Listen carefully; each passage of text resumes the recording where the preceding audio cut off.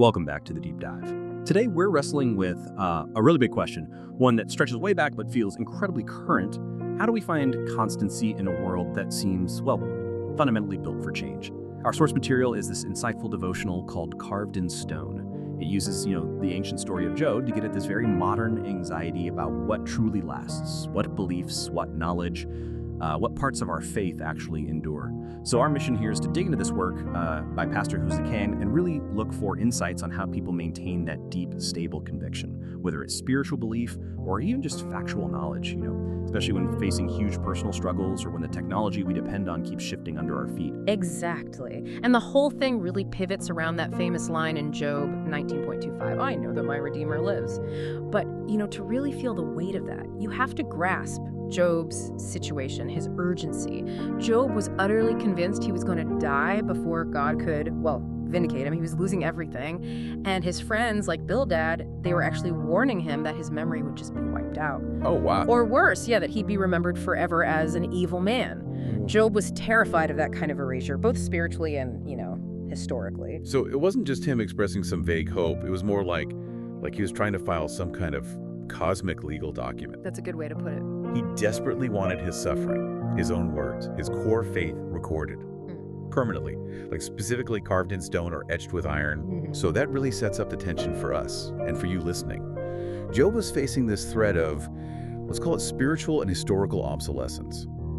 So how do we, dealing with today's information overload, constant digital updates, how do we achieve real permanence for our core convictions in a world seemingly designed for decay? Let's start maybe with the spiritual journey itself, because the devotional points out something surprising, I think, and actually pretty liberating about what faith looks like under extreme pressure. Right. Job's story isn't this smooth upward climb. It has these really jarring shifts, right? Moving from what the source calls the abyss of despair straight to the peak of faith sometimes, like in the same chapter. And that fluctuation, the source argues, that's actually key. It's not a sign of weak faith. It's portrayed as the common realistic experience for anyone going through really severe long-term trials. Okay. It pushes back against that often unspoken expectation that once you reach some high level of faith, you just stay there. Constant courage, unwavering spiritual performance. Yeah, that pressure is real. And to illustrate this, the devotional brings in someone you might not expect in this context. Charles Spurgeon, revered as, one of the greatest English preachers ever. It's hard to picture him wrestling with deep doubt, but the devotional shares some of his own honest words. It does. Spurgeon wrote this letter to a friend, and he just openly rejected that idealized picture of a saint who's always joyful, always on this high spiritual plateau. Really? Yeah, the source quotes him directly saying something like, I frequently am depressed and everything seems deeply bleak. Wow. That's incredibly honest. It kind of shatters that myth, doesn't it? That spiritual giants are somehow immune to profound psychological despair. But doesn't that risk maybe undermining the whole idea of faith as a steady rock? That's a fair question, but the connection back to Job isn't about the absence of doubt. It's about the nature of the certainty that held firm despite the fluctuating emotions. Okay, I see. Even in his darkest moments, Spurgeon didn't ditch the core truths he preached. And similarly, Job, even when he was deep in that abyss of pain and confusion, he held on to one critical belief, that he had a living Redeemer who would eventually judge the earth. And it was specific too. Job explicitly stated his hope for a bodily resurrection so he could personally stand up and see his own vindication. That ultimate future hope that was the real carved stone, even while his day-to-day emotional state felt like shifting sand. That makes sense. The anchor wasn't the feeling, but the future fact. Okay, let's pivot a bit now. How does this ancient problem of permanence play out in our, very modern lives and maybe modern ministry? The pastor who wrote the devotional reflects on his own 35 years, starting back in 1991. He gives this perfect technological parallel to Job's dilemma. Right. Job feared his story being erased, spiritually obsolete. This pastor, today, he's facing digital obsolescence. Just think about the changes in his own career. He started with handwritten sermon notes on paper, which, are now yellow and probably falling apart. Then came computer files, Word perfect, that kind of thing. Sure, I remember those days. Yeah. And now apparently even those formats feel temporary. You need constant, often expensive migration to cloud storage or some new system just to keep the information accessible. It's a perfect illustration, isn't it? Even when we try to preserve things physically or digitally, the methods themselves eventually become obsolete. We're always racing against format decay. Exactly. And it's not just tech, as the pastor notes. Our own minds are hardly reliable archives, are they? Memories fade, we forget things, or worse, things deteriorate with age or illness. Sure. So the challenge Job posed just gets amplified now. If paper yellows, hard drives fail, our own memories betray us. If nothing we make seems to last, how do we ensure that our deepest truths, our foundational convictions, are genuinely carved in stone and there for us when we need them most? It seems clear then that permanence isn't about passive storage, just hoping the file opens next year. It needs constant, active work.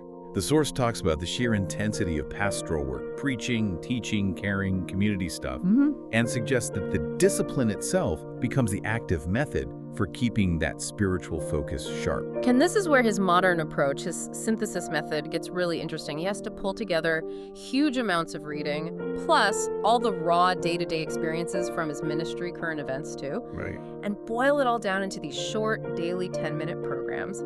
They're apparently called packets, or specifically these YouTube Tiger Sound refrigerator programs. Wait, sorry, Tiger Sound refrigerator. That's unique. Chuckles slightly. Yeah. It is, isn't it? A very specific name for his daily online devotional work.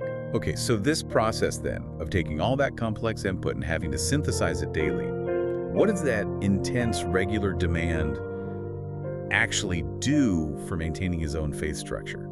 Well, it creates this framework for constant adjustment, constant refinement. It forces him, like every single day, to bring his thinking back before God. It's not some static monument he built years ago. It's more like a scaffold that's being reinforced daily. He basically can't afford to let his convictions get rusty or his knowledge outdated because he has to articulate it again tomorrow. And this ongoing engagement with suffering, both his own presumably and his congregations, it seems to have really shifted his view on empathy and even prayer. Yeah. He shared this insight that he now sees crying not as like a failure of faith or just complaining, but as a legitimate, deep form of prayer to a God who actually listens. Yeah, that's powerful. He mentioned that he used to have more of a stop crying, find the answer kind of attitude. Right. But now he actively tells people it is absolutely okay to cry. That feels like a huge shift, born directly from walking through things with people. It really does. And you even see modern tech playing a role in this reinforcement loop. The source mentions practical help from a team, including, interestingly, AI. AI, how does that fit in? Assisting with things like generating subtitles for these daily video programs. Now, on the surface, that just sounds like, efficiency. Yep. But think about it. Using AI and having a team means the core message, the word, is being constantly processed, reviewed, formatted, prepared for delivery every day. That repeated engagement needed just to produce the daily content. It reinforces the message and strengthens the knowledge stability for everyone involved. The pastor, the team, the discipline of the delivery mechanism actually helps solidify the truth. That's a fantastic point. The technical discipline fuels the spiritual discipline. Okay, so let's pull back for the big picture.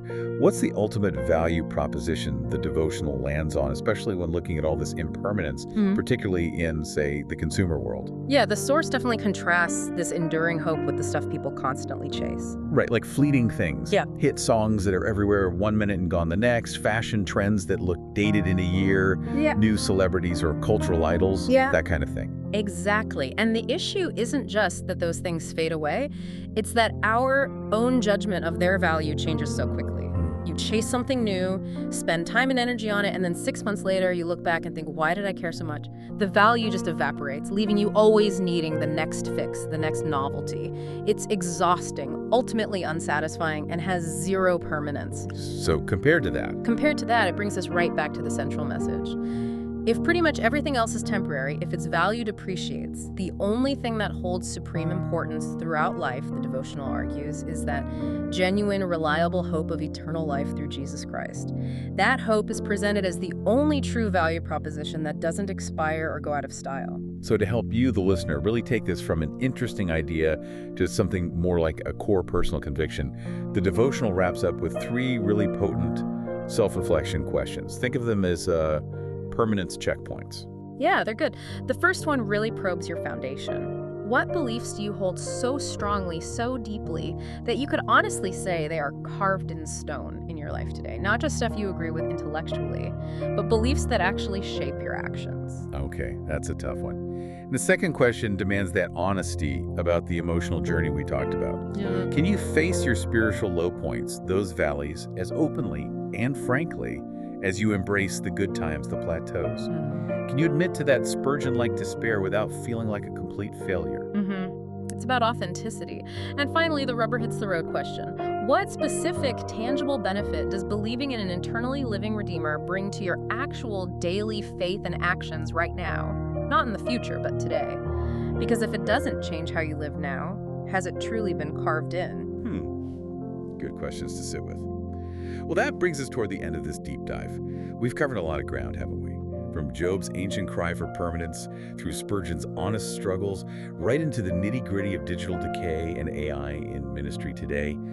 The whole journey was really about finding the active work needed to establish and maintain something truly lasting. So, if we accept the premise that our paper yellows, our digital files corrupt, even our memories fade, and our tools need constant upkeep, the question we want to leave you with is this. Knowing that real permanence demands ongoing discipline, how are you intentionally, actively building that framework into your daily life? How are you ensuring your most vital convictions are being preserved, not just passively stored somewhere like the cloud, but actively reinforced within the living, evolving structure of your faith day by day? Something powerful to think about indeed.